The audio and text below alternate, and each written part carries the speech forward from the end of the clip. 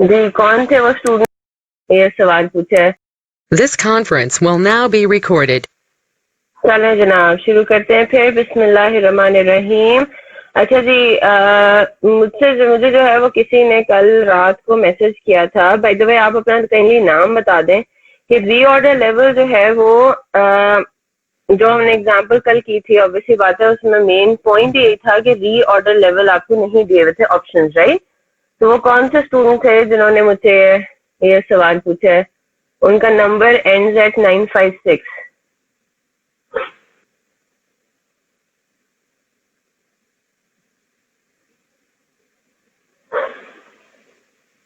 जी कौन थे वो स्टूडेंट? तो कल जो हमने जी मुझे नाम असल में उसमें नहीं लिखा हुआ नहीं है जी। आप अभी लेबर स्टार्ट करने लगे हैं।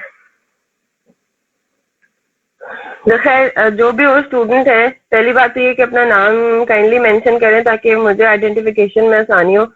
निकनेम्स आइडियली मत रखा करें व्हाट्सएप के ऊपर, ठीक है? व्हाट्सएप पे भी कहा, इनफैक्ट कहीं पे भी अभी आप लोग थोड़ा सा प्रोफेशनल उसमें एंटर हो चुके हैं, ठीक है? प्रोफेशनल आप लोग एक किस्म की अपनी लाइफ जो है वो स्टार्ट अभी कैफ लेवल की बात करना शुरू कर देंगे इंशाल्लाह जब आप ट्रेनिंग में जाएंगे। तो this is a lesson to be learn for all of you कि अपने ईमेल एड्रेसेस, अपने व्हाट्सएप पे जो आईडीज हैं, जो हर जगह जहाँ पे भी आप आईडीज यूज करते हैं, try not to use any nickname, ठीक है? मतलब वो वाला जमाना गया कि हम लोग जो है वो टीनेज इयर्स वाले अपने ईमेल आईडीज और इस तरह की चीजें यूज करते हैं। तो kindly use proper names, proper identification. उसमें आपको भी आइडिया होगा कि एलएमएस पे भी आप लोगों को मसला होता है ना। फिर अगर कोई जो है वो गो टू मीटिंग जो है वो लॉग इन करता है विद देयर निक नेम और विद सम अदर नेम, तो एलएमएस पे फिर अटेंडेंस का भी मसला आता है। तो you get a point, right? Professional थोड़ा सा उसमें एंटर होना शुरू हो जाए, ठीक है? तो एनीवेज जो भी वो स्टूडेंट थे उनका सवाल ये था कि भाई रीऑर्डर लेवल हमें कैसे पता? जी हमने ये तो असेस करना है कि कौन सा रीऑर्डर लेवल बेहतरीन होगा। तो उसी के लिए तो आपको वो स्टेप्स लिखवाए थे कि आपने जो है वो कंजम्पशन जो है वो अपनी पॉसिबल कंजम्पशन अपनी लिस्ट डाउन करनी है। तो वो सारी पॉसिबल कंजम्पशन वो रीऑर्डर लेवल के ऑप्शंस होंगे जो आपने चेक करने हैं कि उनमें से सबसे लोएस्ट किसकी जो है वो टोटल कॉस्ट आती है, ठीक है? तो आई होप वो प्रॉब्लम अब आपका सॉल्व हो गया होगा। चलें जनाब, तो आज हम लोगों ने, अच्छा मैंने आप लोग को जो होम असाइनमेंट दिए थे बेसिकली सैटरडे तक के लिए जी, टेबल में तो करना है बेटा। री ऑर्डर लेवल के लिए अब्दुल्ला, री ऑर्डर लेवल के लिए 10,000 को इग्नोर किया है। लेकिन अब जिस तरह फॉर एग्जांपल अब आपने एवरेज कंजम्पशन के लिए चेक किया कि टोटल क्या है, तो अब आपने री ऑर्डर लेवल रखा 13,500। उसके लिए तो प्रोबेबिलिटी में आपको लेना है ना 10,000 यूनिट्स को। मेरी बात समझ आ रही है? अब जब आप फॉर एग्जाम्पल यहाँ पे मैं कर रही हूँ 13,500 यूनिट्स को मैं चेक कर रही हूँ कि 13,500 यूनिट्स पे टोटल कॉस्ट कितनी है, राइट? तो 13,500 यूनिट्स के लिए तो ये लीड टाइम मतलब वैलिड है ना। और आपको क्या करना है, इस बात को भी याद रखें कि जो भी आपका सिनेरियो होगा उसमें total of all the probabilities should equal 100। हम ये तो नहीं कह सकते ना कि ओ हम इस चीज को कंसिडर नहीं करेंगे। नहीं जनाब, आपको सारे स्टॉक आउट जो है इवेंट्स का बेसिकली कंसिडर करना है। आपको पूरे सिनेरियो पे आपको ये कहना है कि अगर मेरा reorder level as a reorder level में 10,000 यूनिट्स को इग्नोर कर रही हूँ, is that clear? As a और आप इग्नोर भले ना भी करें, मैंने तो आपको ये बताया कि वो शॉर्टकट है। आप इग्नोर भले ना भी करें, आप क्या करें, आप 10,500 यूनिट्स को रीऑर्डर लेवल 10,000 यूनिट्स पे भी आप कैलकुलेशन कर लें। मैं तो आपको सिर्फ ये कह रही हूँ कि उस पर टाइम जाया करने की जरूरत नहीं है, ठीक है? तो री ऑर्डर लेवल आप 10,000 यूनिट्स लें, उसके ऊपर भी टोटल कॉस्ट निकाल लें, कोई मसला नहीं है। पॉइंट सिर्फ ये है कि इन एनी केस ये वाला लेवल जो है वो आपका रिजेक्ट होना ही है, ठीक है? तो इसलिए जो आपको कहा गया है कि भाई वो एवरेज कंजम्पशन से नीचे जितने भी आपके पास आ रहे हैं ना रीऑर्डर लेवल, उसको आप इग्नोर कर दो, राइट? आप चाहो तो आप उसको ट्रायल एंड एरर बेसिस पे आप अटेम्प्ट कर लो, कोई मसला नहीं है। बस वो टाइम जाया होगा। पहले सवाल के लिए भले अटेम्प्ट कर लो, कोई मसला नहीं, ठीक है? अब सही है ना? तो इसकी कोई लॉजिक नहीं थी, 10,000 यूनिट्स को इग्नोर करने की कोई लॉजिक नहीं, कोई खास रीजन नहीं है जी। नहीं जी, बफर स्टॉक रखें या रिस्क लें, इसके अंदर कभी भी हम ये नहीं करते कि और स्टॉक आउट कॉस्ट ज्यादा है या होल्डिंग कॉस्ट ज्यादा है, क्या हम इक्विलिब्रियम उसमें कोई मेंटेन नहीं कर रहे होते। उसमें total of stock out cost plus holding cost, क्या हमने कभी ये देखा है, क्या हमने कभी किसी कोई सवाल में देखा है कि भाई स्टॉक आउट कॉस्ट और होल्डिंग कॉस्ट को कंपेयर किया जा रहा हो? नहीं, हम तो टोटल कॉस्ट को जो है वो कंपेयर करते हैं हर लेवल पे, और टोटल कॉस्ट में total stock out plus holding cost होता है। वो फिर कोई और सिनेरियो होगा, वो आप मुझे ग्रुप पे भेज दो। नहीं जनाब, इसका कोई फॉर्मूला नहीं है, ट्रायल एंड एरर बेसिस पे करना होता है। जब ईओक्यू का फॉर्मूला है, बाकी सारी चीजें जो है, बाकी हाँ रीऑर्डर लेवल वगैरह के फॉर्मूलाज हैं, लेकिन आगे डिसीजन मेकिंग के लिए yes trial and error basis, ठीक है। और इसकी थोड़ी प्रैक्टिस करेंगे, इसको थोड़ा सा समझेंगे। अच्छा जी, मुझे गो अहेड मिल गया है to conduct extra practice sessions for technical topics. जिस तरह हम लोगों ने पहले टॉपिक का कोई वो नहीं प्रैक्टिस सेशन रखा था, जो हमारा वो नॉलेज बट फॉरवर्ड वाला था, राइट। तो हम जो है इस तरह के जो टॉपिक्स हैं बड़े बड़े से, आई एम श्योर कि मुझे लेबर का नहीं रखना पड़ेगा होपफुली। तो जैसे मटेरियल्स में पेरेंट्स आप लोगों को थोड़ा प्रॉब्लम आ रहा है, तो उसमें आई कैप स्टडी टेक्स के भी कुछ एग्जांपल्स हैं, जो कि ऑब्वियसली बात है मैंने खुद सॉल्व नहीं करवाए क्लास में, वो आप लोगों का अपना जो है वो बनता है। लेकिन सैटरडे को फिर हम जो है वो एक्स्ट्रा क्लास रख सकते हैं, 1.5 घंटे की क्लास मैं रखना चाह रही हूँ, ठीक है। तो अब आप मुझे बताइए, 1 बजे के बाद का टाइम मुझे मिस रूज ने अलाउ किया है, तो tell me, let me know कि आप लोगों की क्लासेस कितने बजे खत्म हो जाती हैं सैटरडे को। मैं ऑडिट की क्लास की जगह नहीं ले सकती, क्योंकि उससे मुझे सिर्फ आधा घंटा मिलेगा, and that is not enough. जल्दी से बताइए ताकि हम लेबर स्टार्ट करें। संडे का नहीं करना, सैटरडे का करना है जी। सैटरडे बताइए। सैटरडे को ऑडिट नहीं होती, लेकिन आधा घंटा सिर्फ मिलता है, आधा घंटा इज नॉट। इस सैटरडे के अलावा बेटा नहीं, मैं इसी सैटरडे रखना चाह रही हूँ प्लीज। 10 to 11:30 बेटा, 10 to 11:30, 10 to 11, 10 to 11 तो आपकी रेगुलर सी मैक की क्लास होती है, एक्स्ट्रा क्लास है। रेगुलर सी मैक की क्लास भी होगी, that is going to be 10 to 11। जी बिल्कुल, अपलोड होगा। हाँ जी, सैटरडे को फिर आपकी 2.5 घंटे की हो जाएगी, जिसमें सीमा की regular class as it is है कि एक्स्ट्रा क्लास है। अच्छा संडे को बताएं, संडे के लिए कितने लोग ओके कर रहे हैं? मुझे ज्यादा लोग, 2-3 लोग संडे का कह रहे हैं। हाँ संडे भी मैं नहीं रखना चाह रही, और मुझे तो मैं रूज भी मना कर रही है संडे का। अच्छा 2 बजे के बाद सैटरडे को, सैटरडे 2 to 3:30।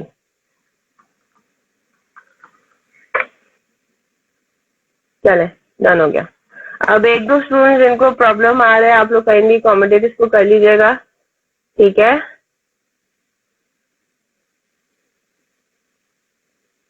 जी बिल्कुल संडे मंडे सब इक्वल है, लेकिन शुरू शुरू में हम संडे को संडे रहने देंगे, ठीक है।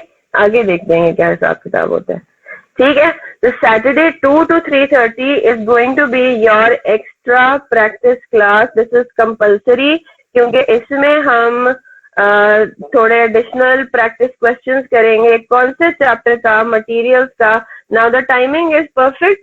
क्यों टाइमिंग परफेक्ट है? सैटरडे को आप ये क्लास अटेंड करने के बाद जो है वो टेस्ट दे सकते हैं, है ना। ये बात मैंने बता दी है कि सैटरडे संडे जो है वो आप लोगों की टेस्ट होगी। जी बिल्कुल, मॉर्निंग क्लास भी होगी, इसलिए मैं बार बार मेंशन कर रही हूँ, this is extra class. No, अब इसमें कोई सवाल मेरे से ना पूछे।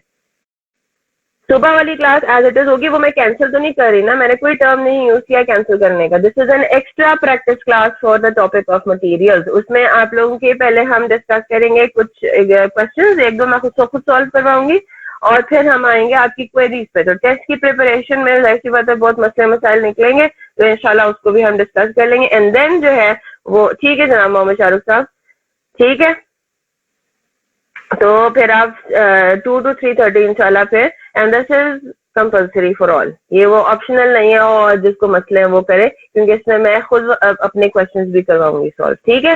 तो ये एक्स्ट्रा प्रैक्टिस क्लास है। हमने वैसे सारे कॉन्सेप्ट कर लिए हैं मटेरियल्स के, और अब हम स्टार्ट करने जा रहे हैं किसका? चैप्टर लेबर, ठीक है, लेबर का चैप्टर अब हम स्टार्ट करने जा रहे हैं, तो लेट्स स्टार्ट। बिस्मिल्लाहिर्रहमानिर्रहीम। आई होप अब आप लोगों को तसल्ली इस बात की हो गई है कि मटेरियल के अगर मैं अभी जवाब नहीं दे रही तो वो हम डिस्कस कर रहे हैं, उसके लिए हम टाइम फिक्स कर रहे हैं।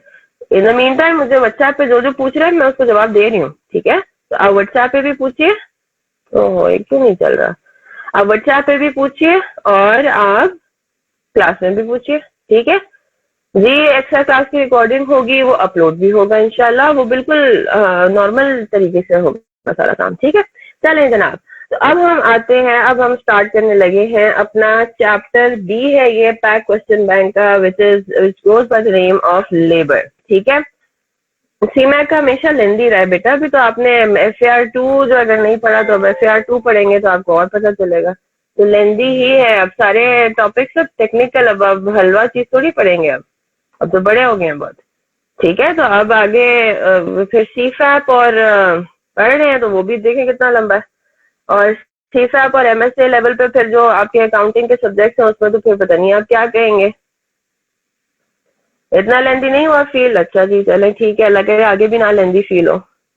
लेकिन जिस भी सब्जेक्ट में प्रैक्टिस की ज्यादा जरूरत होती है ना, कॉन्सेप्ट इसमें ज्यादा इन्वॉल्व होते हैं, वो लेंदी होता है मतलब। और इसमें तो अंडरस्टूड की बात है, सीमा का समय आप पहली दफा भी पढ़ रहे हैं ना, इस वजह से भी आपको थोड़ा लग रहा है कि वो इतना कुछ है समझने के लिए। अब FAR2 के अंदर काफी कॉन्सेप्ट ऐसे हैं जो कि आपको पहले से आते हैं, तो that might seem considerably easier right and smaller, right. यहाँ पे हमें हर चीज फ्रॉम द स्क्रैच पढ़नी है। चलें जनाब, तो लेबर का चैप्टर हम स्टार्ट करें, चैट बॉक्स में मिनिमाइज कर रही हूँ अपना, ठीक है जी। तो लेबर का चैप्टर हम स्टार्ट करें। पहली बात तो ये कि there are two types of labour, है ना, two types of labour cost. कौन कौन सी? There is direct labour cost and there is indirect labour cost, ठीक है। बहुत दफा हम ये पढ़ चुके हैं, इनकी डेफिनेशन क्या चीज होती है। इनडायरेक्ट लेबर, डायरेक्ट लेबर वो होता है जो कि डायरेक्टली इन्वॉल्व होता है with the production process, right. And indirect labor cost includes all other labor costs, right? All other personnel की wages and salaries. तो डायरेक्ट लेबर कॉस्ट के अंदर मेनली क्या आता है? असेंबली लाइन वर्कर, है ना।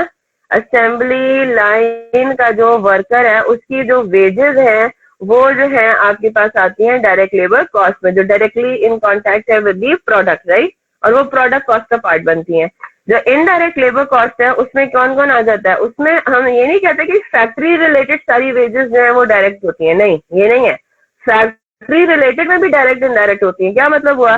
जो फैक्ट्री का फॉर एग्जाम्पल सुपरवाइजर है ना, जो सुपरवाइजर की सैलरी या वेजेस है, और ये भी हम नहीं कहते कि सिर्फ सारी की सारी वेजेस जो है जो टर्म होती हैं वो जो है उधर आती है, यानी कि आप पर आवर या पर यूनिट जो है वो आपका डायरेक्ट लेबर होता है, नहीं। It depends upon weather the labor is directly attributable to the production process or not, right? तो जो फैक्ट्री का सुपरवाइजर है वो भी इनडायरेक्ट लेबर है, ठीक है, वो भी इनडायरेक्ट लेबर है, इनडायरेक्ट फैक्ट्री ओवरहेड है, यस और नो। फिर इसके अलावा जो एडमिन स्टाफ की सैलरीज है, जो सेल्स स्टाफ की सैलरीज है, जो डिस्ट्रीब्यूशन स्टाफ की सैलरीज है, मार्केटिंग डिपार्टमेंट की सैलरीज हो गई, HR डिपार्टमेंट की सैलरीज हो गई, वो भी सारी किसमें फॉल करती है? इनडायरेक्ट लेबर में। तो अगर हम इसको जरा फर्दर देखें तो पहली बात तो ये कि जो डायरेक्ट लेबर है वो आपका हमने बेसिकली इस चैप्टर में पढ़ना है ना। डायरेक्ट लेबर के बारे में हमने पढ़ना है। क्यों? क्योंकि जो इनडायरेक्ट लेबर है उसको हम किस में लेके जाते हैं? जो फैक्ट्री रिलेटेड होता है उसको हम लेके जाएंगे किसमें? ओवरहेड्स में। वो तो हमारे ओवरहेड का पार्ट है, indirect material, indirect labour, right. Those are called factory overhead. तो इनडायरेक्ट लेबर में जो फैक्ट्री रिलेटेड है ना, जो इनडायरेक्ट में लेबर में फैक्ट्री रिलेटेड है वो जाएंगे फैक्ट्री या प्रोडक्शन ओवरहेड में, तो वो हम ओवरहेड के चैप्टर में पढ़ेंगे, ठीक है। और जो नॉन फैक्ट्री रिलेटेड है वो आपको पता है कि या तो वो एडमिन में जाएंगे या सेलिंग में जाएंगे, यस और नो, वो तो अदर एक्सपेंसेस का पार्ट है, राइट। तो इनडायरेक्ट लेबर में जो नॉन फैक्ट्री रिलेटेड है, जो फैक्ट्री से जिनका ताल्लुक नहीं है, वो जाते हैं एडमिन या सेलिंग में, यानी कि अदर एक्सपेंसेस का पार्ट बनते हैं। I hope that's clear now, ठीक है। तो डायरेक्ट लेबर इज समथिंग जो कि हमने इस चैप्टर में कंसिडर करना है। Indirect labour will be ignored, obvious सी बात है, ठीक है जनाब। आगे चलते हैं। मशीन का supervisor will be a direct labour, yes, ठीक है। जो मशीन को ऑपरेट कर रहा है वो मशीन सुपरवाइजर नहीं कहलाएगा, मशीन ऑपरेटर कहलाएगा। तो machine operator will be, obviously बात है, इसका मतलब ये हुआ कि वो खुद मैनुअली चीजों को बनाने के बजाय वो मशीन को ऑपरेट कर रहा है, he will be a direct labour in that case. ठीक है, तो आपने वो देखना है कि प्रोडक्शन में डायरेक्टली कौन इन्वॉल्व है। असेंबली लाइन पे बेसिकली जो जो खड़ा होता है, जो जो डायरेक्टली इस प्रोडक्ट से इन टच हो रहा होता है, वो जो है वो आपका नॉट फिजिकली इन टच, लेकिन वैसे जिसका डायरेक्ट ताल्लुक है प्रोडक्ट से, राइट। और जो थोड़ा साइड पे हट के ऑफिस में बैठ के काम कर रहा है, जो सिर्फ ओवरसीइंग कर रहा है सारी चीजों को, जो कि डायरेक्टली इन्वॉल्व नहीं हो रहा प्रोडक्शन में, दैट इज इनडायरेक्ट लेबर। ठीक है जनाब, तो डायरेक्ट लेबर बेसिकली हमारा अभी मेन फोकस है। अब जब हम लेबर की बात करते हैं, अब हम जनरली लेबर की बात कर रहे हैं, ठीक है। तो there are two things that we listen, there are two terms जिसको हम बहुत ज्यादा सुनते हैं। एक है प्रोडक्टिविटी और एक है एफिशिएंसी। दोनों में क्या फर्क है? अगर मैं कहूं कि व्हाट इज, जो इंस्पेक्ट करता है वो आपका इनडायरेक्ट लेबर है, इन फैक्ट्री ओवरहेड में आएगा वो। ठीक है इस्लाम जी। अब मुझे बताइए, what is the difference between productivity and efficiency?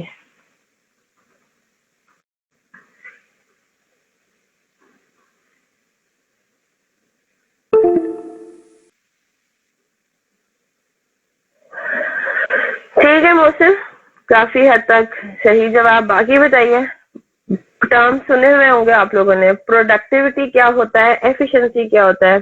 Productivity means high production, अच्छा फिर एफिशिएंसी क्या होता है?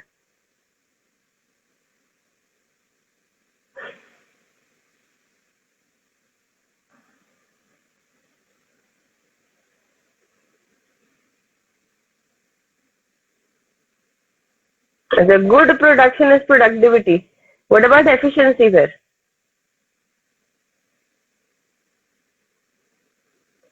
अच्छा, हाई प्रोडक्शन और गुड क्वालिटी प्रोडक्शन में क्या फर्क हुआ फिर?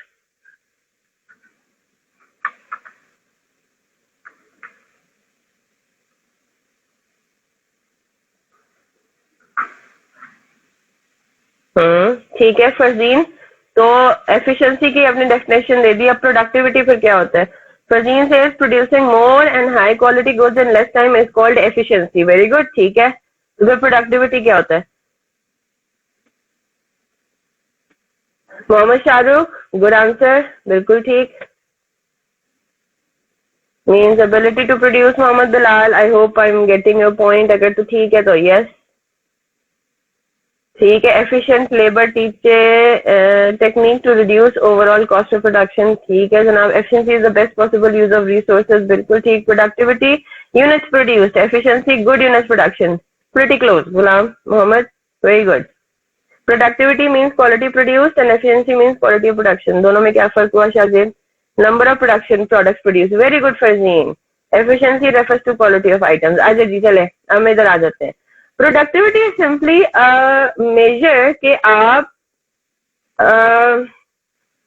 कितने यूनिट्स प्रोड्यूस करते हो एक सर्टेन अमाउंट ऑफ टाइम में। ठीक है, तो मैं जिस तरह अगर कहूँ कि भाई फॉर एग्जांपल आप लोग जो है, आप लोगों में से एक चैप्टर जो है, फॉर एग्जांपल फरजीन जो है वो एक चैप्टर रीड करती हैं। फॉर एग्जांपल मटेरियल का चैप्टर उन्होंने उठाया पैक हैंडबुक में से, और उन्होंने मटेरियल का चैप्टर जो है वो 2 घंटे में रीड कर लिया पूरा, मतलब एग्जाम्पल समेत सारा प्रॉपर सॉल्व किया एंड स्टफ, राइट। तो 2 घंटे में उन्होंने पूरा चैप्टर रीड कर लिया, तो 2 hours per chapter is going to be her productivity. ठीक है, अब हम आते हैं एफिशिएंसी क्या है। एफिशिएंसी है क्या उनको 2 घंटे ही लगाने चाहिए थे, मतलब compare to the standard hours that should have been used up for that particular chapter. हम कंपैरिजन करेंगे कि क्या एफिशिएंसी रही। पता ये चला कि जी एक एवरेज स्टूडेंट जो है, ऑन एन एवरेज स्टूडेंट को 3 घंटे लगते हैं to do whatever Farzeen did in those 2 hours. कितने लगते हैं? 3 घंटे। तो हम क्या कहेंगे? फरजीन इज एफिशिएंट, है ना। प्रोडक्टिविटी हो गई कि फरजीन ने लगाया कितना? 2 घंटे लगाए फरजीन ने, that is going to be her productivity. And her efficiency is going to be a measure, a relative measure between her actual hours and standard hours. ठीक है, कि एक्चुअली उनको कितना लगाना चाहिए था, स्टैंडर्ड कितना उनको एफर्ट्स लगानी चाहिए थी और उन्होंने लगाई कितनी। तो अगर वो सेम जो है आउटपुट प्रोड्यूस कर लेती हैं, पूरा चैप्टर उसी एफिशिएंसी से पढ़ लेती हैं, जो कि एक ऑन एन एवरेज 3 घंटे लगा के करना चाहिए था, वो 2 घंटे में कर लेती हैं, तो हम उनका एक मेजर ऑफ एफिशिएंसी कैलकुलेट कर सकते हैं। हम ये कह सकते हैं कि oh she is very efficient, है ना। और अगर वो 3 के बजाय 4 घंटे लगाएंगी तो हम कहेंगे कि नहीं जी, हर performance is not up to the mark. तो प्रोडक्टिविटी तो सिर्फ ये बता रहा है कि वो 2 घंटे लगा रही है चैप्टर पे, या 3 घंटे लगा रही है, या 4 घंटे लगा रही है, राइट। और एफिशिएंसी जो है वो हमें थोड़ी परफॉर्मेंस के बारे में ज्यादा बताता है, राइट। तो जरा जल्दी से नोट कीजिए, ये सारी डेफिनेशंस बाय द वे आपकी स्टडी टेक्स्ट में भी मौजूद है, पैक क्वेश्चन बैंक में भी मेरे ख्याल से मौजूद है, ठीक है, लेकिन लिखना थोड़ा जरूरी है।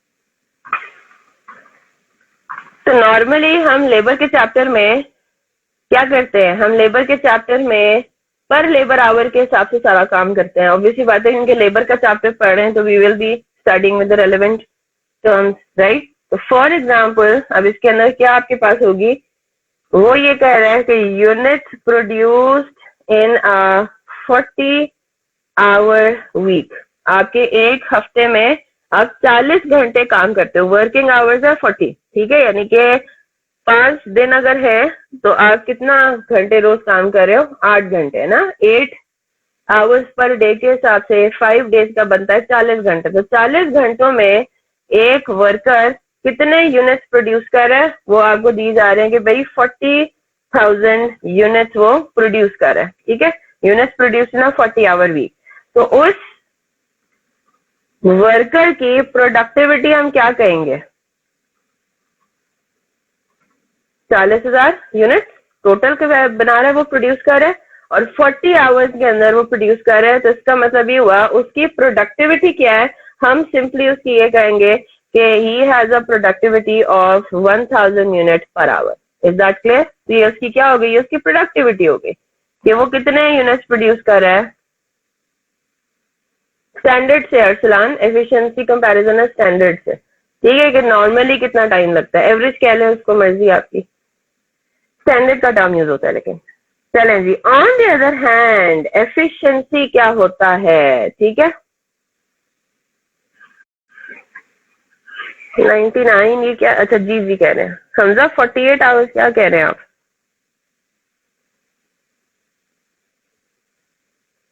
Efficiency on the other hand क्या होती है, एफिशिएंसी है 5 डेज अ वीक, हम कह रहे हैं कंसिडर करें। आपको क्वेश्चन में 40 आवर वीक दिया हुआ है, आपने से डेविएट नहीं करना। 48 क्यों ले रहे हैं आप, आपको बताया जा रहा है कि 40 आवर्स वर्किंग है, ठीक है, और नॉर्मली 40 आवर्स ही होते हैं ज्यादातर। It is the relative major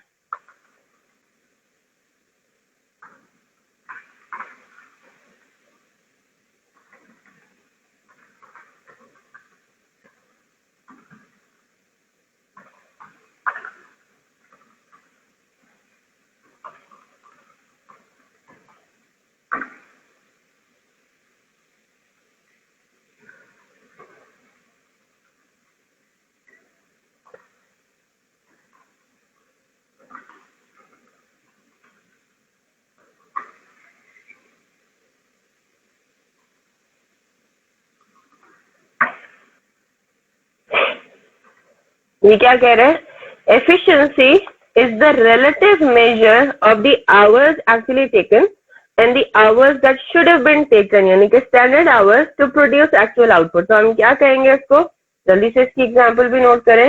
example में आपको फॉर एग्जांपल बताया जा रहा है कि जो स्टैंडर्ड रेट ऑफ प्रोडक्शन है वो फॉर एग्जांपल चल रहा है 8 यूनिट्स पर आवर, ठीक है।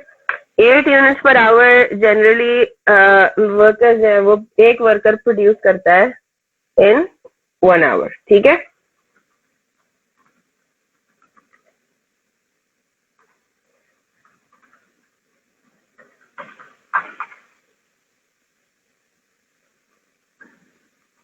ठीक है, a worker produce 360 units in a 40-hour week. अब हमने इसकी क्या मेजर करनी है? एफिशिएंसी।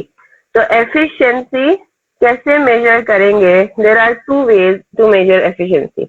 एक तो आपने फॉर्मूला इस तरह से कर दिया कि standard hours for actual output divided by actual hours multiplied by 100। Percentage में बेसिकली ये एक आपका जो है वो मेजर बनता है। Efficiency is measured in terms of percentage. तो क्या फॉर्मूला है? Efficiency is equal to standard hours for actual output divided by actual hours multiplied by 100। बस का क्या मतलब हुआ? इसका मतलब ये हुआ कि अगर हम निकालें कि स्टैंडर्ड बेसिस के हिसाब से 360 यूनिट्स के लिए कितने घंटे लगने चाहिए थे? 360 यूनिट्स आपके एक्चुअल है ना? तो कितने आपके पास 360 यूनिट्स के लिए आवर्स आपको लगने चाहिए थे? हाँ जी, कितने लगाने चाहिए थे इस वर्कर को आवर्स? 9 आवर्स। कम नहीं, मुझे फिगर बताइए। 45। कैसे कैलकुलेट किया? एक घंटे में 8 यूनिट्स बन रहे हैं, है ना? एक घंटे में 8 यूनिट स्टैंडर्ड है, तो 360 यूनिट्स कितने घंटे लेगा? 360 डिवाइड बाय 8, है ना? 360 units divided by 8 per hour.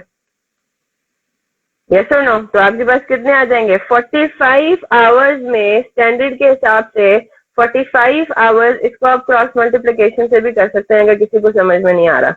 Cross multiplication कैसे करेंगे? हम ये कहेंगे कि 1 आवर में 8 यूनिट स्टैंडर्ड है हमारा, है ना? तो 360 यूनिट्स कितने आवर्स लेंगे? 360 यूनिट्स एक्स आवर्स लेंगे। क्रॉस मल्टीप्लिकेशन कर लें। अगर 8 यूनिट्स अगर 1 घंटा लेते हैं तो 360 यूनिट्स कितने घंटे लेंगे? 45 hours. Is that clear? Cross multiply कर सकते हैं ना इसको? क्रॉस मल्टीप्लाई करके एक्स निकाल लें, ये तो सिंपल मैथ है। तो 360 units divided by 8 per hour है, तो इसका मतलब है कि अगर 8 यूनिट्स 1 घंटे लेते हैं तो 45 आवर्स में 360 यूनिट्स अपेरेंटली प्रोड्यूस होने चाहिए थे। लेकिन इस वर्कर ने कितने घंटे में 360 यूनिट्स प्रोड्यूस कर लिए? 40 आवर्स के अंदर, है ना? 40 आवर्स में। तो हम क्या कहेंगे? ये वर्कर, इस वर्कर की एफिशिएंसी कितनी है? तो एफिशिएंसी इस वर्कर की इन टर्म्स ऑफ ऑब्वियसली बात है परसेंटेजेस कितनी आएगी? Standard hours for actual output is 45 divided by actual hours for actual output is 40। Same output के लिए हमने एक्चुअली लगाए कितने इस वर्कर ने? तो हम क्या कहेंगे? इस वर्कर की एफिशिएंसी 102.5% है। Is that clear? तो यही तो चीज होती है कि 100% से ज्यादा अगर आपने परफॉर्मेंस दे दी तो you will be called efficient, है ना? और अगर आपने 100% से कम परफॉर्मेंस दी है, अगर आपने 90% आपकी परफॉर्मेंस आ रही है, अगर आपने 90% परफॉर्म किया तो that means that you are not performing up to the mark. Efficiency यही तो होती है। आपने 100% से ज्यादा दिया तो you will be called as efficient, right? Is that clear? Efficiency का एक और तरीका भी हो सकता है फॉर्मूला, ठीक है? Efficiency in terms of percentage का एक और फॉर्मूला भी हो सकता है, and that can be in terms of units.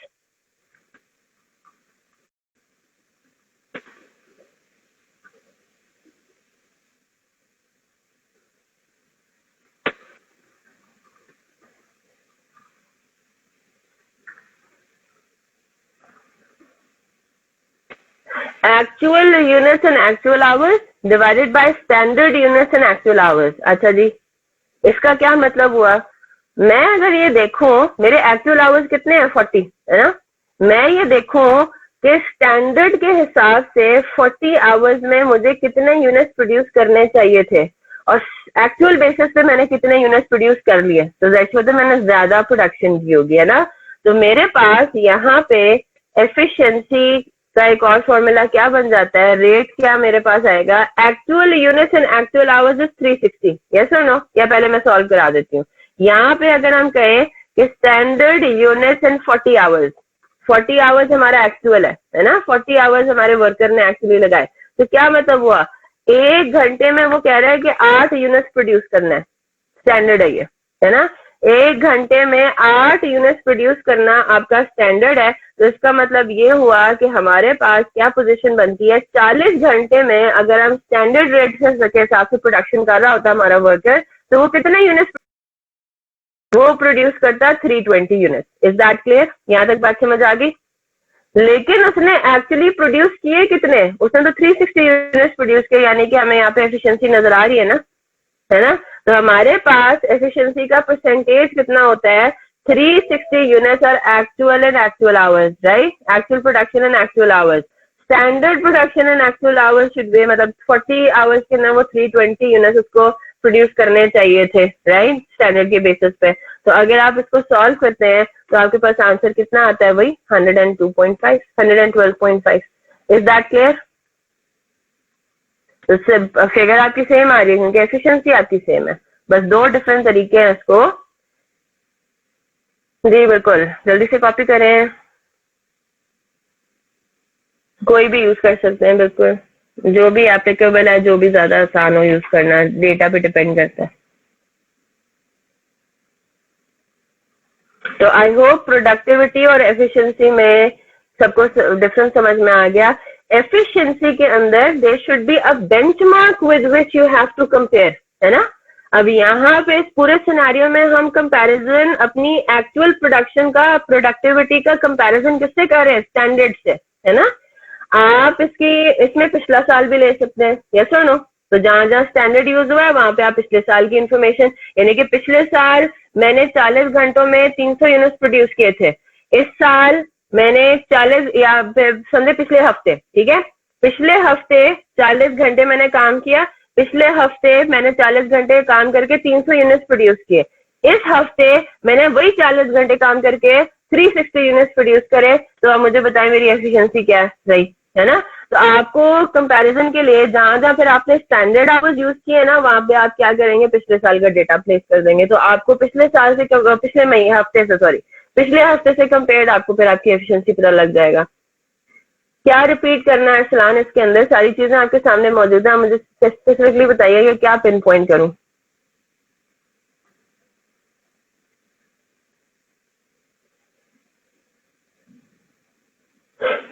जल्दी से बताइए अरसलान, प्रॉब्लम किस में आ रहा है, क्या चीज समझ में नहीं आ रही? यूनिट कौन से है? यूनिट सवाल में गिवन है बेटा, ये क्वेश्चन है आपका,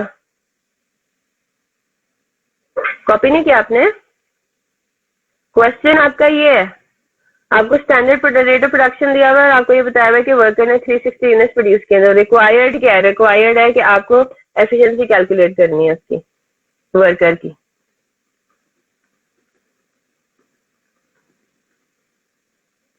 productivity, yes, it is a measure of how much we are producing in an hour, ये कह सकते हैं, per labour hour. Production is total number of units produced, वो तो total number of units produced है कि मेरा अब इस पूरे सिनेरियो में क्या है, इस पूरे सिनेरियो में बात अब सुन लीजिए, एक और टर्म भी है प्रोडक्शन, मेरी बात गौर से सुनिएगा।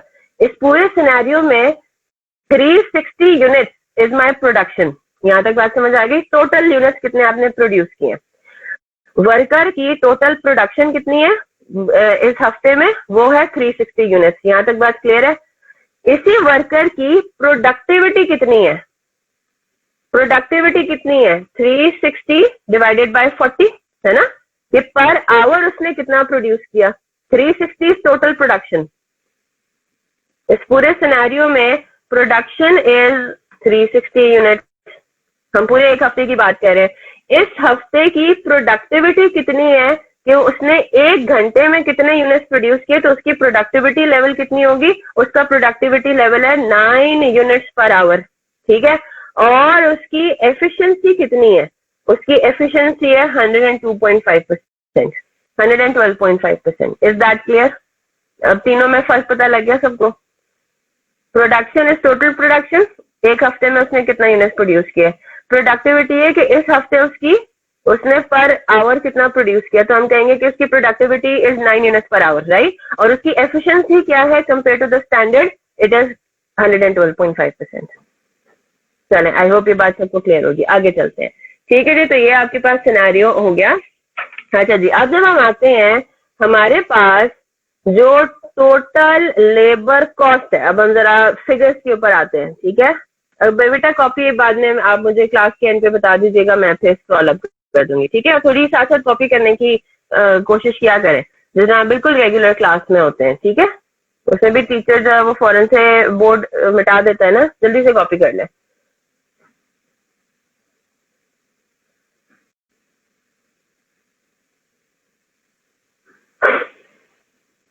ठीक है, जल्दी से कॉपी कर लीजिए।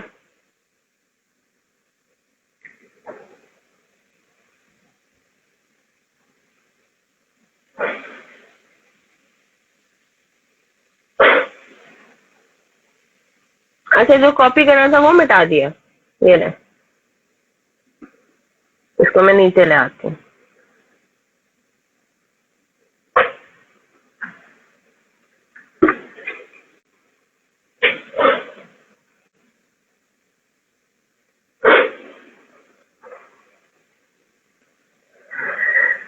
जी चलें जनाब, तो अब हमारे पास क्या पोजीशन आती है।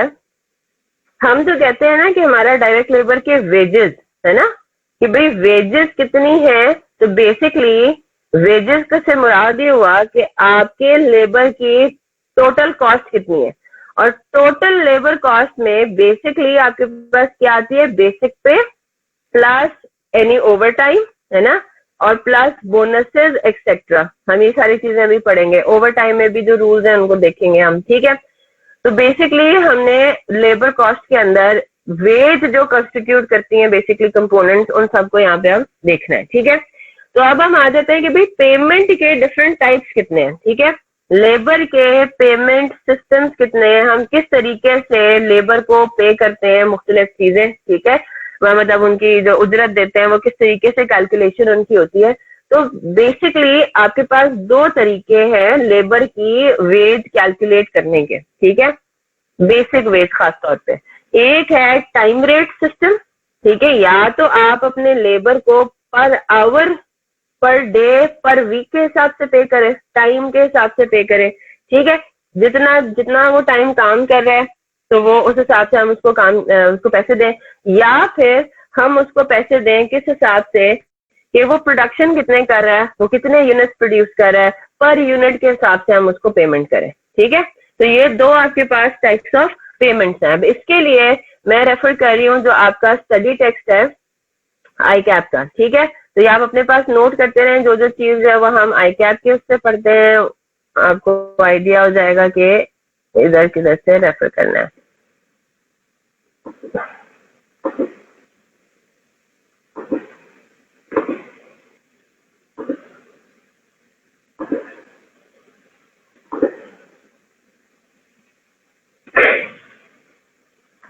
आई कैप स्टडी टेक्स्ट का पेज 71 है ये।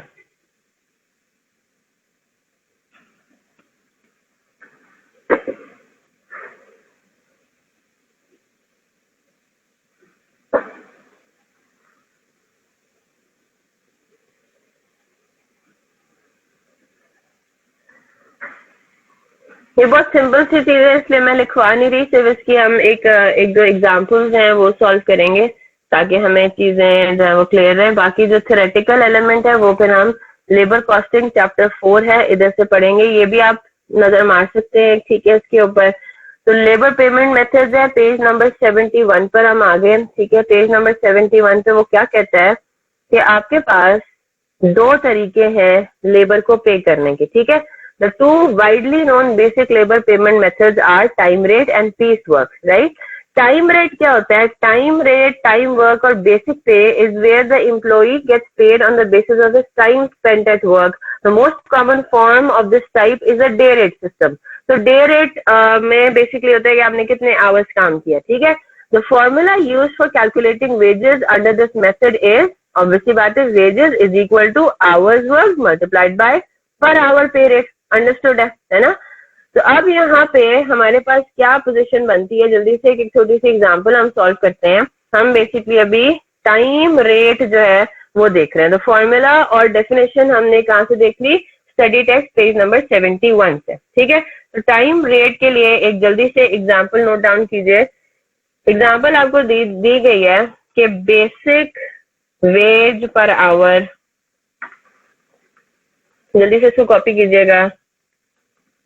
1,000 रुपए पर आवर आपका बेसिक वेज है, ठीक है।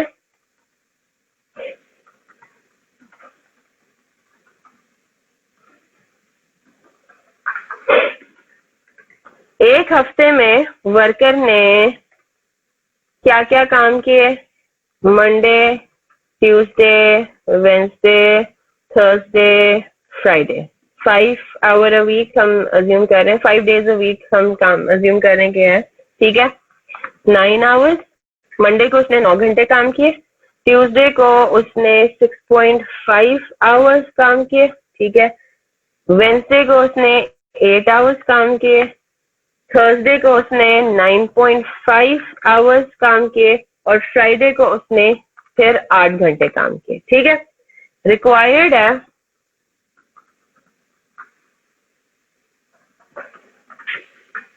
Total wage for the week, जल्दी से कैलकुलेट करके मुझे बताएं।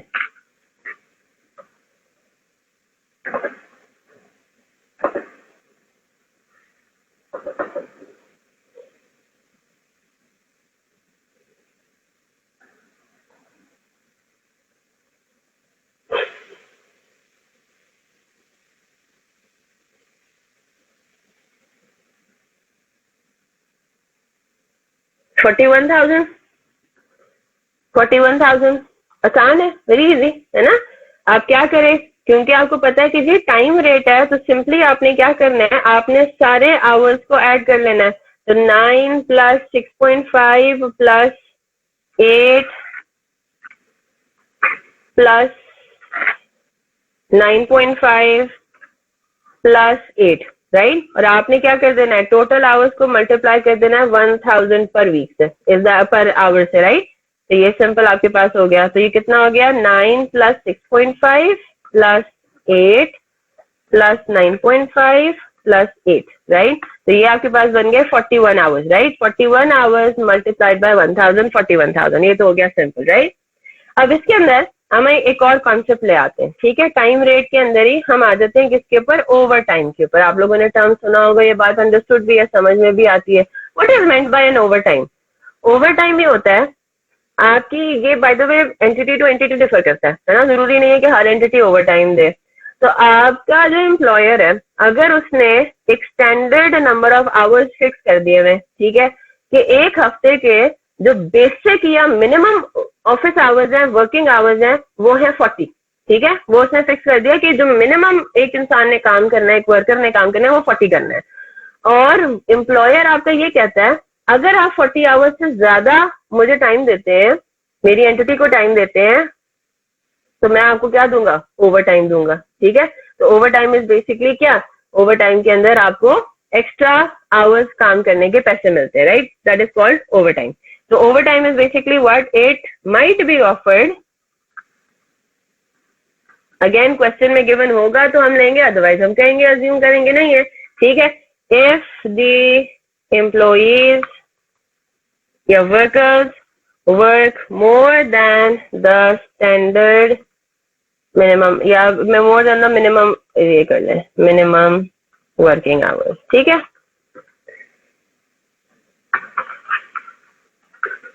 ये एक एक्स्ट्रा कॉम्पनसेशन होता है, ठीक है। ये एक एक्स्ट्रा कॉम्पनसेशन होता है। अब इसकी जल्दी से एग्जांपल पर आते हैं, ठीक है।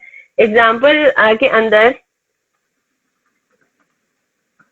सेम डेटा एज अबव, यानी कि वो जो पर आवर जो हर हफ्ते जो उसने एक हफ्ते में जो काम किया है, वो ऊपर आवर्स यही सेम है, सबने कॉपी की भी नहीं एग्जांपल, ठीक है। 9 आवर्स, 6.5 आवर्स। तो बेसिकली हम इस वाली एग्जांपल के अंदर एक ट्विस्ट लेकर आ रहे हैं, ठीक है। और वो ट्विस्ट क्या है, उसके ऊपर हम आ जाते हैं।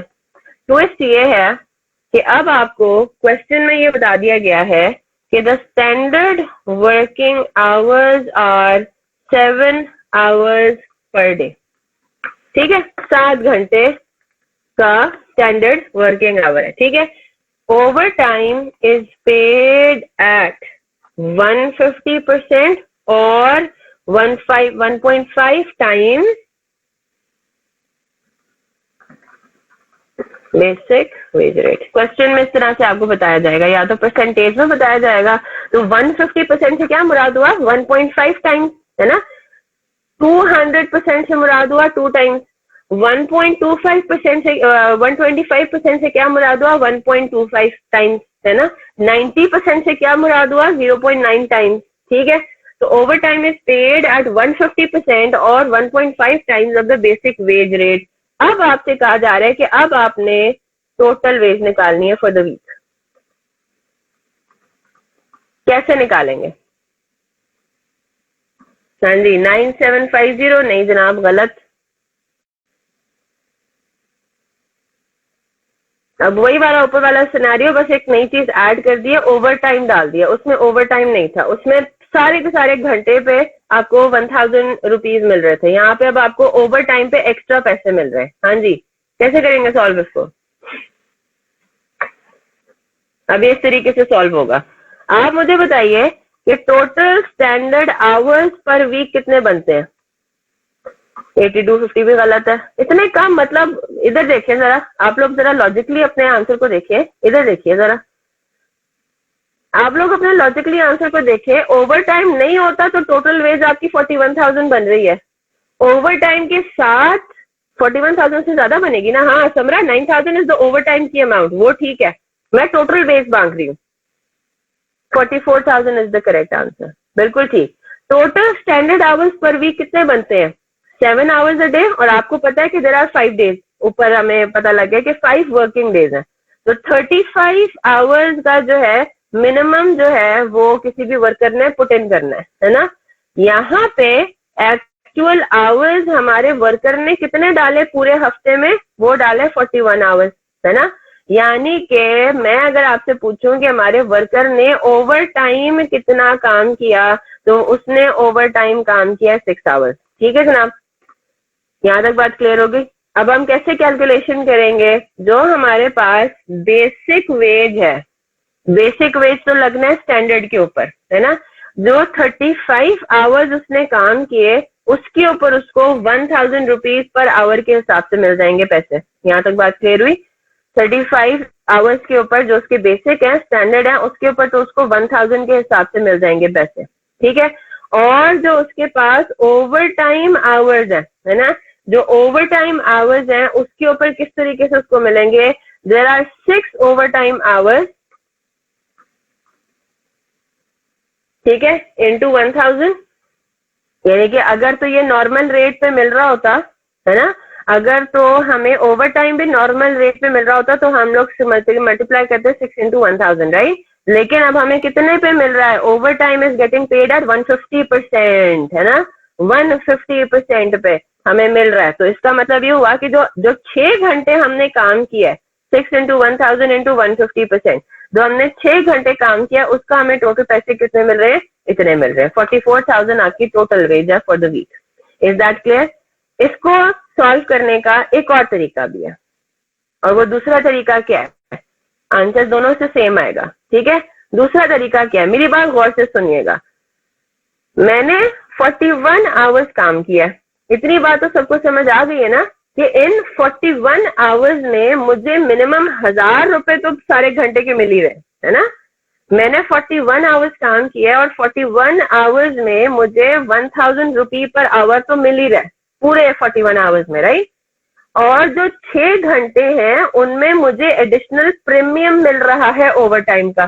तो मैं इसको एक और तरीके से कर सकती हूँ कि मेरे पास बेसिक वेज 41 आवर्स की वही है 1000 रुपी पर आवर, यस और नो। कि अगर मेरा कोई ओवर टाइम ना होता, है ना, मेरे पास अगर कोई ओवर टाइम ना होता तो इन 41 आवर्स के मुझे मिनिमम 1000 रुपए तो मिलने ही थे। 1000 रुपए के हिसाब से, नहीं कि 41,000 तो मिलने ही थे। और क्योंकि मुझे क्वेश्चन में यहाँ पे ओवर टाइम की बात कर रहा है, तो मैं इसको इस तरीके से भी सॉल्व कर सकती हूँ ना कि जो मेरे 6 घंटे हैं उन पे मुझे एडिशनल 1000 रुपए का 50% भी मिल रहा है, यस और नो। ये 6 घंटे ऊपर वाले में भी शामिल है। 6 घंटे पे 1000 रुपए तो मिल ही रहे, लेकिन इन 6 घंटे पे आपको 500 रुपीज बेसिकली एक्स्ट्रा भी तो मिल रहे हैं। तो ये क्या कहलाएगा? Over time premium. ठीक है, तो ये ओवर टाइम प्रीमियम कितना हो जाएगा, 3000 rupees would be called your over time premium. तो अगर हम इस तरीके से करते हैं तो हमारे पास यहाँ पे total wage for the week इस तरीके से भी 44,000 ही आती है। इज दैट क्लियर, यस और नो?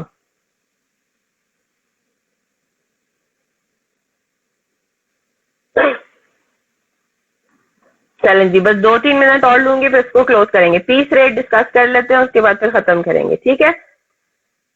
फिर दूसरा हमारे पास सिनेरियो क्या है, दूसरा हमारे पास सिनेरियो है पीस रेट सिस्टम। और पीस रेट सिस्टम के अंदर हमें as the term itself indicates, ठीक है, ये 50% कहाँ से आया, एक सेकेंड, ये सवाल है किसी का, 50% कहाँ से आया है, 150% में से हमने निकाला है।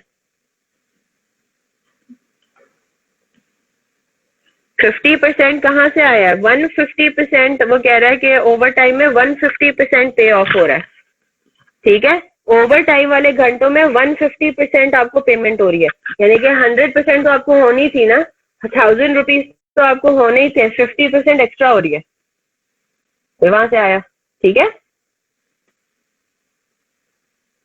चले, पीस रेट में अब आपके पास क्या है कि आपको पर पीस जो है वो दी जाता है, पेमेंट दिया जाता है, राइट। तो उसके लिए भी हम इसी आई कैप की स्टडी टेक्स्ट को आगे देखते हैं।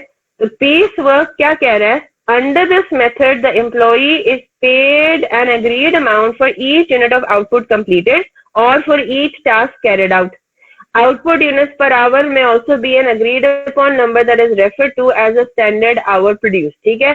तो हम क्या कहेंगे, इसके अंदर आपको बेसिकली पर यूनिट के हिसाब से, अगर सिंपली स्पीकिंग पर यूनिट के हिसाब से आपको यहाँ पे दिया जाता है। जो आगे बात कर रहे हैं उसको हम बाद में देखते हैं, ठीक है, जो मिनिमम वेज की बात कर रहे हैं।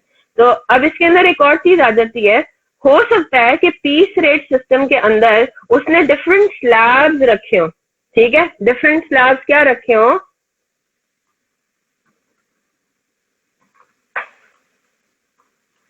ये एम्प्लॉयर रखे गए, सारा काम एम्प्लॉयर की पॉलिसी है, और ये आपको सब क्वेश्चन में गिवन होगा तो करना है, वरना नहीं, है ना। ये तो पूरे सिनेरियोज हैं।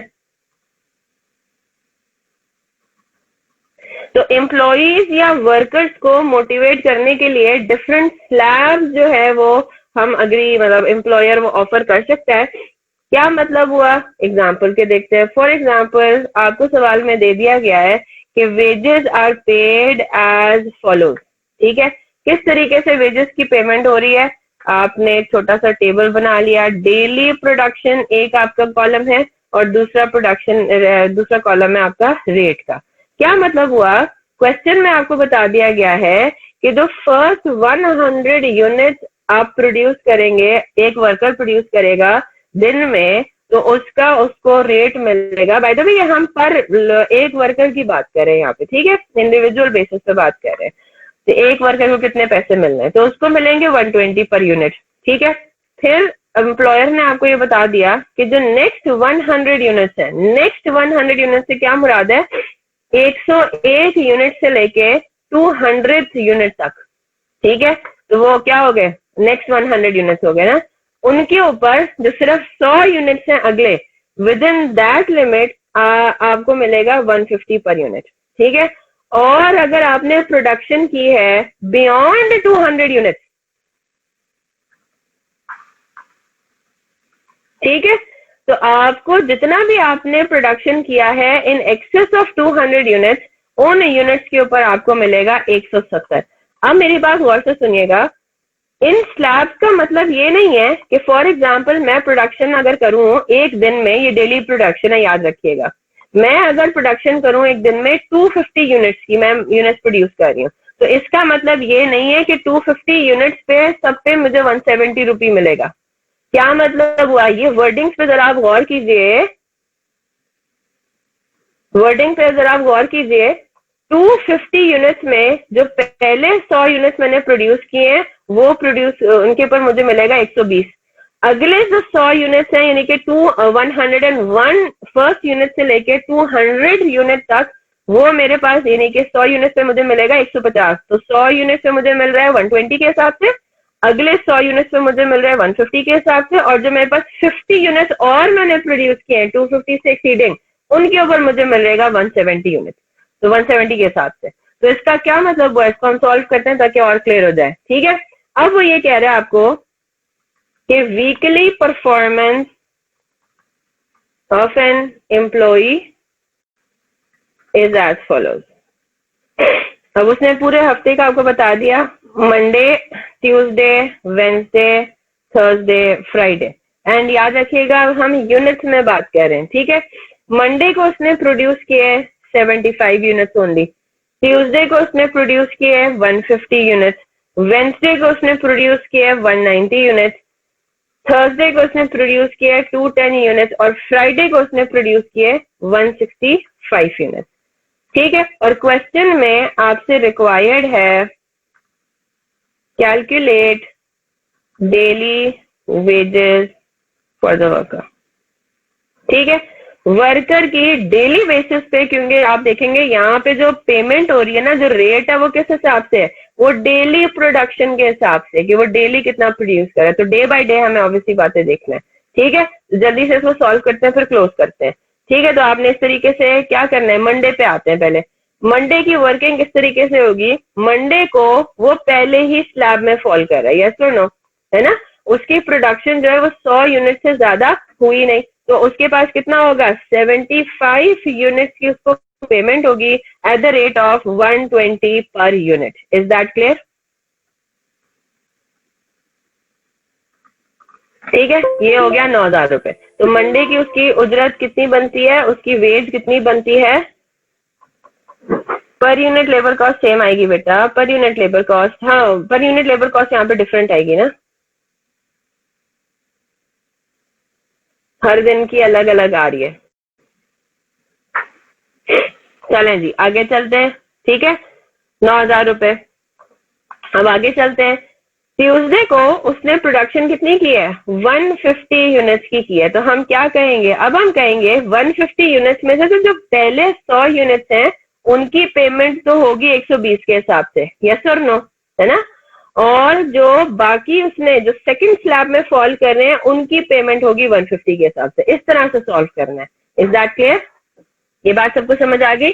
तो जो पहले 100 यूनिट्स हैं दे will be paid at the rate of 120 per unit and the remaining 50 units जो कि सेकंड स्लैब में आ जाते हैं, ठीक है, 100 to 200 के बीच में, वो पे होंगे इसके हिसाब से। तो टोटल कितनी अमाउंट बनती है, 19,500। ठीक है जनाब।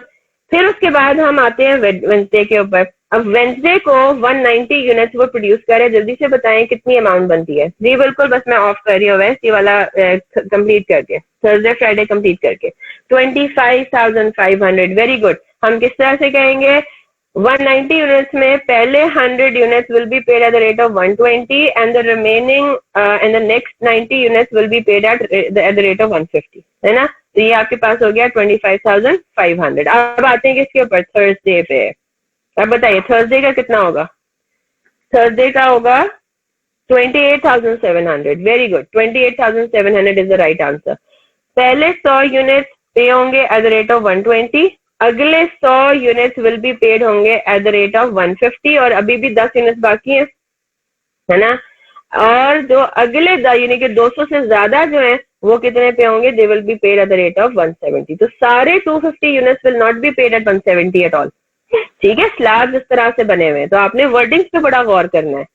ठीक है, अगर तो वो सारे क्यूमुलेटिव यूनिट्स को इस तरह से पेमेंट करा तो फिर तो ठीक है, फिर तो बात समझ में आती है, लेकिन यहाँ पे जो वर्डिंग्स हैं वो थोड़ी डिफरेंट है। ठीक है, इज दैट क्लियर? इनटू 170, तो ये आपके पास होता है 28,700। और फ्राइडे का जब आप कैलकुलेट करेंगे तो फ्राइडे का टोटल निकलेगा 21,750, उसमें आखिरी स्लैब का कोई फॉल नहीं होगा। इज दैट क्लियर, यस और नो? तो यहीं तक रखते हैं। तो उसकी डेली वेजेस जो है वो हमने इस तरह से कैलकुलेट कर ली। अच्छा जी, आपका होम असाइनमेंट आज के लिए तो कोई नहीं है, इंशाल्लाह कल से फिर आपको मिलना शुरू हो जाएगा। ठीक है जी जनाब। अब बताइए जो कॉपी करना है वो मुझे बता दें, मैं रिकॉर्डिंग ऑफ कर रही हूँ। किसी को कोई सवाल है तो पूछ लें, नहीं तो फिर you can leave for audit. चलें जी, अल्लाह हाफिज। जी मोहम्मद हमजा साहब बताइए क्या आपने कॉपी करना है।